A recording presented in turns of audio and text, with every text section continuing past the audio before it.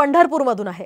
ऐन आषाढी वारीपूर्वी पंढरपुरातल्या धोंडोपंत महाराज यांच्या मठासंदर्भात वाद सुरू झालाय। तर नारायण सुरवसे यांनी पंढरपूर इथल्या धोंडोपंत दादा महाराज मठाचा मीच अध्यक्ष असून अरुण पाटील आणि इतर लोकांनी मठ बळकावल्याचा आरोप केलाय।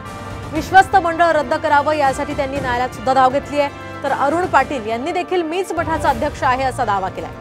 नारायण सुरवसे हे मठाची बदनामी करत आहेत आणि संस्थेवर खोटे आरोप करत आहेत।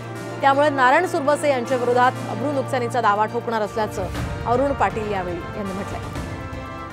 15 पैकी 2 सदस्य मयत आहेत, तर 13 पैकी 10 सदस्य आमच्या बाजूने आहेत। काय काय खोटे नाटे आरोप करून त्यांनी आमच्यावर भ्रष्टाचाराचे आरोप लावलेले आहेत।